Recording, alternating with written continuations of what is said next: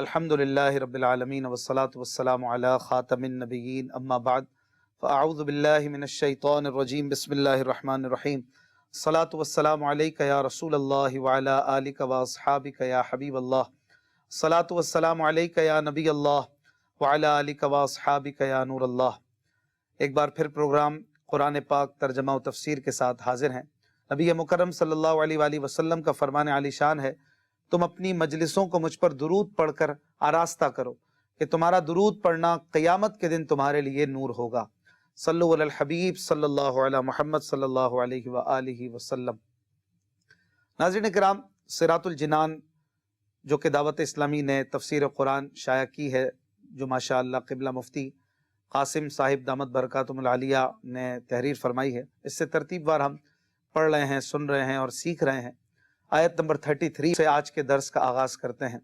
اعوذ باللہ من الشیطان الرجیم بسم اللہ الرحمن الرحیم وَلِكُلٍّ جَعَلْنَا مَوَالِيَ مِمَّا تَرَكَ الْوَالِدَانِ وَالْأَقْرَبُونَ وَالَّذِينَ عَقَدَتْ أَيْمَانُكُمْ فَآتُوهُمْ نَصِيبَهُمْ إِنَّ اللَّهَ كَانَ عَلَى كُلِّ شَيْءٍ شَهِيدًا۔ ترجمہ: اور ماں باپ اور رشتہ دار جو کچھ مال چھوڑیں ہم نے سب کے لیے اس مال میں مستحق بنا دیے ہیں، اور جن سے تمہارا معاہدہ ہو چکا ہے انہیں ان کا حصہ دو، بے شک اللہ ہر شے پر گواہ ہے۔ ناظرین کرام، یہاں پر معاہدے کی بات ہوئی، والذین عقدت ایمانکم، جن سے تمہارا معاہدہ ہو چکا ہے۔ اس سے عقد موالات مراد ہے۔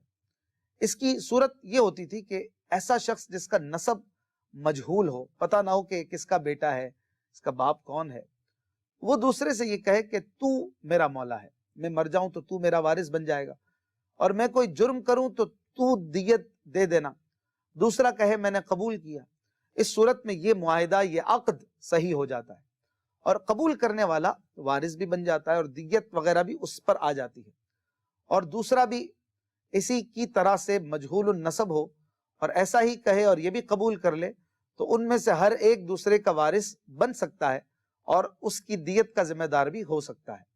یہ عقد بھی ثابت ہے، اور صحابہ اکرام رضی اللہ عنہم اس کے قائل تھے، اور اسی کی طرف اس آیت میں توجہ دلائی گئی کہ جو معاہدے تم نے کیے ہیں انہیں پورا کرو۔ آگے اللہ تبارک و تعالی ارشاد فرماتا ہے، الرجال قوامون علی النساء بما فضل اللہ بعضهم علی بعض وبما انفقوا من اموالهم فالصالحات قانتات حافظات للغیب بما حفظ اللہ واللاتی تخافون نشوزهن فعظوهن واہجروهن فی المضاجع واضربوهن فإن أطعنكم فلا تبغوا عليهن سبيلا ان اللہ کان علیا کبیرا۔ ترجمہ: مرد عورتوں پر نگہبان ہیں، اس وجہ سے کہ اللہ نے ان میں ایک کو دوسرے پر فضیلت دی، اور اس وجہ سے کہ مرد عورتوں پر اپنا مال خرچ کرتے ہیں، تو نیک عورتیں شوہروں کی اطاعت کرنے والی اور ان کی عدم موجودگی میں اللہ کی حفاظت و توفیق سے حفاظت کرنے والی ہوتی ہیں۔ اور جن عورتوں کی نافرمانی کا تمہیں اندیشہ ہو تو انہیں سمجھاؤ، اور نہ سمجھنے کی صورت میں ان سے اپنے بستر الگ کر لو، اور پھر نہ سمجھنے پر انہیں مارو۔ پھر اگر وہ تمہاری اطاعت کر لیں تو اب ان پر زیادتی کرنے کا راستہ تلاش نہ کرو، بے شک اللہ بہت بلند، بہت بڑا ہے۔ ناظرین کرام، اس آیت میں ابتداً ایک بہت اہم اصول اور ضابطہ بیان کیا گیا کہ الرجال قوامون علی النساء، مرد عورتوں پر نگہبان ہیں۔ عورت کی ضروریات، اس کی حفاظت، اسے ادب سکھانے اور دیگر کئی امور میں مرد کو عورت پر تسلط حاصل ہے۔ گویا کہ عورت رعایا اور مرد بادشاہ، اس لیے عورت پر مرد کی اطاعت لازم ہے۔ اس سے ایک بات یہ واضح ہوئی کہ میاں بیوی کے حقوق ایک جیسے نہیں، بلکہ مرد کے حقوق عورت سے زیادہ ہیں، اور ایسا ہونا عورت کے ساتھ ناانصافی یا ظلم نہیں، بلکہ عین انصاف اور حکمت کے تقاضے کے مطابق ہے۔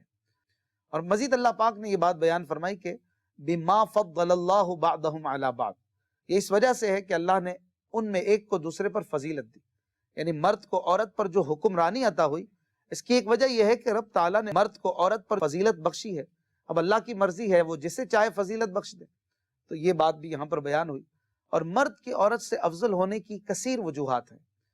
ان سب کا حاصل دو چیزیں ہیں، یعنی اگر نچوڑ بیان کیا جائے تو دو چیزیں ہیں، ایک علم اور دوسرا قدرت۔ اس میں کوئی شک نہیں کہ مرد عقل اور علم میں عورت سے فائق ہوتا ہے، اگرچہ بعض جگہ عورتیں بھی بڑھ جاتی ہیں، لیکن مجموعی طور پر اگر جنرل بات کی جائے تو ابھی بھی پوری دنیا پر نگاہ ڈالیں تو عقل کے امور مردوں ہی کے سپرد ہیں۔ یوں ہی مشکل ترین اعمال سر انجام دینے پر انہی کو قدرت حاصل ہے۔ یہی وجہ ہے کہ مرد عقل و دانائی اور قوت میں عورتوں سے فوقیت رکھتے ہیں۔ مزید یہ ہے کہ جتنے بھی انبیاء، خلفاء اور ائمہ ہوئے سب مرد ہی تھے۔ گھڑ سواری، تیر اندازی اور جہاد مرد ہی کرتے ہیں۔ امامت کبریٰ یعنی حکومت و سلطنت اور امامت صغریٰ یعنی نماز کی امامت، یوں ہی اذان، خطبہ، حدود و قصاص میں گواہی بالاتفاق مردوں کے ذمہ ہے۔ نکاح، طلاق، رجوع اور بیک وقت ایک سے زائد شادیاں کرنے کا حق مرد کے پاس ہے، اور نسب مردوں ہی کی طرف منسوب ہوتے ہیں۔ یہ سب قرائن مرد کے عورت سے افضل ہونے پر دلالت کرتے ہیں۔ مردوں کی عورتوں پر حکمرانی کی دوسری وجہ یہ ہے کہ مرد عورتوں پر مہر اور نان نفقے کی صورت میں اپنا مال خرچ کرتے ہیں، اس لیے بھی ان پر حاکم ہیں۔ خیال رہے کہ مجموعی طور پر جن سے مرد جن سے عورت سے افضل ہے، نہ کہ ہر مرد ہر عورت سے افضل۔ بعض عورتیں علم و دانائی میں کئی مردوں سے زیادہ ہو جاتی ہیں، جیسے ام المومنین حضرت عائشہ صدیقہ رضی اللہ عنہا، ہم جیسے لاکھوں مرد ان کے نالین کی خاک کے برابر بھی نہیں۔ یوں ہی صحابیہ عورتیں غیر صحابی بڑے بڑے بزرگوں سے بھی افضل ہیں۔ اسی طرح پھر مزید عورتوں کی تربیت کے معاملے میں بھی ایک بڑی پیاری بات بیان کی گئی کہ فالصالحات قانتات حافظات للغیب بما حفظ اللہ۔ نیک عورتوں کے بارے میں بیان کیا گیا، پارسا عورتوں کے اوصاف بیان کیے گئے یہاں، کہ جب ان کے شوہر موجود ہوں تو ان کی بات مانتی ہیں، اطاعت کرتی ہیں، ان کے حقوق ادا کرنے میں مصروف رہتی ہیں اور شوہر کی نافرمانی سے بچتی ہیں، اور جب موجود نہ ہوں تو اللہ پاک کے فضل سے ان کے مال اور عزت کی حفاظت کرتی ہیں۔ کثیر احادیث میں نیک اور پارسا بیویوں کے اوصاف اور ان کے فضائل بیان کیے گئے ہیں۔ چنانچہ حضرت ابو امامہ رضی اللہ عنہ سے روایت ہے کہ حضور اقدس صلی اللہ علیہ وآلہ وسلم نے فرمایا، تقوی کے بعد مومن کے لیے نیک بیوی سے بہتر کوئی چیز نہیں کہ اگر وہ اسے حکم دے تو وہ اطاعت کرے، اور اگر اسے دیکھے تو خوش کر دے، اور اس پر قسم کھا بیٹھے تو قسم سچی کر دے، اور کہیں چلا جائے تو اپنے نفس اور شوہر کے مال میں بھلائی کرے۔ حضرت عبداللہ بن عباس رضی اللہ عنہما سے روایت ہے، رسول اللہ صلی اللہ علیہ وآلہ وسلم نے ارشاد فرمایا، جسے چار چیزیں ملی اسے دنیا اور آخرت کی بھلائی ملی۔ نمبر 1 شکر گزار دل، نمبر 2 یاد خدا کرنے والی زبان، نمبر 3 مصیبت پر صبر کرنے والا بدن، نمبر 4 ایسی بیوی کہ اپنے آپ اور شوہر کے مال میں گناہ کی متلاشی، یعنی اس میں خیانت کرنے والی نہ ہو، یعنی اپنی ذات میں بھی خیانت نہ کرے اور شوہر کے مال میں بھی خیانت نہ کرے۔ اور ایسی بیوی بہت بڑی نعمت ہے اللہ تبارک و تعالیٰ کی۔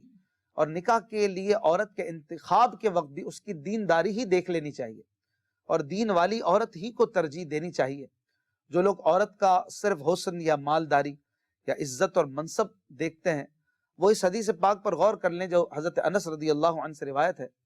رسول کریم صلی اللہ علیہ وآلہ وسلم نے فرمایا کہ جو کسی عورت سے اس کی عزت کے سبب نکاح کرے، اللہ عز و جل اس کی ذلت میں زیادتی کرے گا، اور جو کسی عورت سے اس کے مال کی وجہ سے نکاح کرے گا، اللہ تعالیٰ اس کی محتاجی ہی بڑھائے گا، اور جو اس کے خاندانی مرتبے کے سبب نکاح کرے گا تو اللہ پاک اس کے کمینے پن میں ہی زیادتی فرمائے گا۔ تو پتہ چلا کہ دینداری کو دیکھ کر نکاح کرنا چاہیے۔ مزید اللہ تعالیٰ نے اور بھی اصول بیان کیے ہیں شادی شدہ زندگی کے، واللاتی تخافون نشوزہن، جن عورتوں کی نافرمانی کا شوہر کو ڈر ہو، تو عورت کی اصلاح کا بڑا زبردست اور احسن طریقہ یہاں پر بیان کیا گیا کہ سب سے پہلے نافرمان بیوی کو اپنی اطاعت کے فوائد اور نافرمانی کے نقصانات بتاؤ۔ اسی طرح قرآن و حدیث میں اس تعلق سے منقول فضائل اور وعیدیں بتا کر سمجھاؤ۔ اور عورت ہو یا مرد ہو، دونوں کو چاہیے کہ وہ ایک دوسرے کے حقوق کا لحاظ رکھیں اور اللہ کے نبی صلی اللہ علیہ وآلہ وسلم کے فرامین کو پیش نظر رکھیں۔ حضرت معاذ بن جبل رضی اللہ عنہ سے روایت ہے کہ سرکار دو عالم صلی اللہ علیہ وآلہ وسلم نے فرمایا، جب عورت اپنے شوہر کو دنیا میں ایذا دیتی ہے تو حور عین، جنتی حور، یہ کہتی ہے، خدا تجھے قتل کرے، اسے ایذا نہ دے، یہ تو تیرے پاس مہمان ہے، ان قریب تجھ سے جدا ہو کر ہمارے پاس آ جائے گا۔ ام المومنین حضرت ام سلمہ رضی اللہ عنہا سے روایت ہے، سرکار علی وقار صلی اللہ علیہ وآلہ وسلم نے فرمایا، جو عورت اس حال میں مری کہ اس کا شوہر اس پر راضی تھا تو وہ جنت میں داخل ہو گئی۔ حضرت ابو ہریرہ رضی اللہ عنہ سے مروی ہے، سرکار دو عالم صلی اللہ علیہ وآلہ وسلم نے فرمایا، میں تمہیں عورتوں کے بارے میں بھلائی کرنے کی وصیت کرتا ہوں، تم میری اس وصیت کو قبول کرو۔ وہ پسلی سے پیدا کی گئیں اور پسلیوں میں سے زیادہ ٹیڑھی اوپر والی ہے، اگر تو اسے سیدھا کرنے چلے تو توڑ دے گا، اور اگر ویسی ہی رہنے دے تو ٹیڑھی باقی رہے گی۔ اسی طرح اس آیت میں یہ بھی بیان کیا کہ فَإِنْ أَطَعْنَكُمْ، پھر اگر وہ تمہاری اطاعت کر لیں، یعنی جب گناہ کے بعد توبہ کر لیں تو اللہ تبارک و تعالیٰ تمہاری توبہ بھی قبول کر لیتا ہے۔ تو تمہیں بھی چاہیے کہ تمہاری جو عورت ہے، جو تمہارے ہاتھ میں ہے، جو تمہیں اللہ نے عطا کی ہے، وہ جب قصور کرے اور معافی وغیرہ مانگے تو تم بھی اس کی معذرت کو قبول کر کے اسے پھر تنگ نہ کیا کرو، اسے تانے نہ دیا کرو۔ اس سے ان لوگوں کو نصیحت حاصل کرنی چاہیے جو عورت کے ہزار بار معذرت کرنے، گڑ گڑا کر پاؤں پکڑنے، طرح طرح کے واسطے دینے کے باوجود اپنی ناک نیچی نہیں کرتے اور صنف نازک کو مشق ستم بنا کر اپنی بزدلی کو بہادری سمجھتے ہیں۔ ایسا نہیں ہونا چاہیے۔ اللہ پاک ان بہادروں کو عاجزی عطا کرے اور سمجھنے کی توفیق عطا فرمائے۔ اگلی آیت میں مزید اللہ پاک ارشاد فرماتا ہے، وَإِنْ خِفْتُمْ شِقَاقَ بَيْنِهِمَا فَابْعَثُوا حَكَمًا مِّنْ أَهْلِهِ وَحَكَمًا مِّنْ أَهْلِهَا إِن يُرِيدَا إِصْلَاحًا يُوَفِّقِ اللَّهُ بَيْنَهُمَا إِنَّ اللَّهَ كَانَ عَلِيمًا خَبِيرًا۔ ترجمہ، اور اگر تم کو میاں بیوی کے جھگڑے کا خوف ہو تو ایک منصف مرد کے گھر والوں کی طرف سے بھیجو اور ایک منصف عورت کے گھر والوں کی طرف سے بھیجو، یہ دونوں اگر صلح کرانا چاہیں گے تو اللہ ان کے درمیان اتفاق پیدا کر دے گا، بے شک اللہ خوب جاننے والا خبردار ہے۔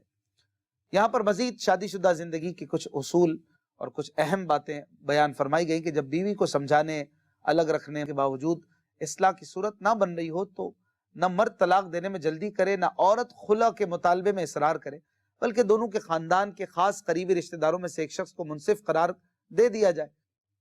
اس کا فائدہ یہ ہوگا کہ چونکہ رشتہ دار ایک دوسرے کے خانگی معاملات سے واقف ہوتے ہیں، فریقین کو ان پر اطمینان ہوتا ہے اور ان سے اپنے دل کی بات کہنے میں جھجک بھی نہیں ہوتی۔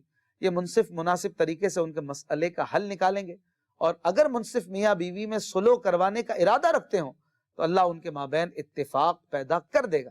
اس لیے حتی المقدور، حتی الامکان صلح کے ذریعے ہی معاملات اور مسائل کو حل کیا جانا چاہیے۔ اللہ پاک سے دعا ہے کہ قرآن سمجھنے اور اس پر عمل کرنے کی توفیق عطا فرمائے۔ زندگی رہے تو انشاءاللہ آیت نمبر 36 سے اگلے درس کا آغاز کریں گے۔ اپنا خیال رکھیے گا۔ صلو علی الحبیب صلی اللہ علی محمد صلی اللہ علیہ وآلہ وسلم۔